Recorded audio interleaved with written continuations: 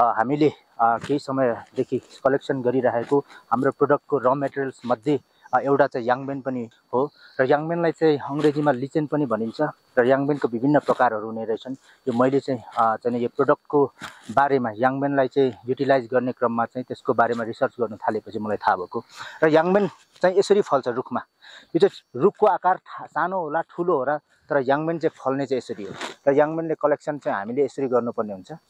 याङबेनको collection ठ्याक्कै यसरी गर्नुपर्छ र यसरी गरिसकेपछि यो पनि यसरी ठ्याक्कै हेर्दाखेरि यो याङबेन जस्तो देखिने अरू पनि हुन्छन् याङबेन जस्तो देखिन्छ, तर तिनीहरू चाहिँ खान हुँदैन।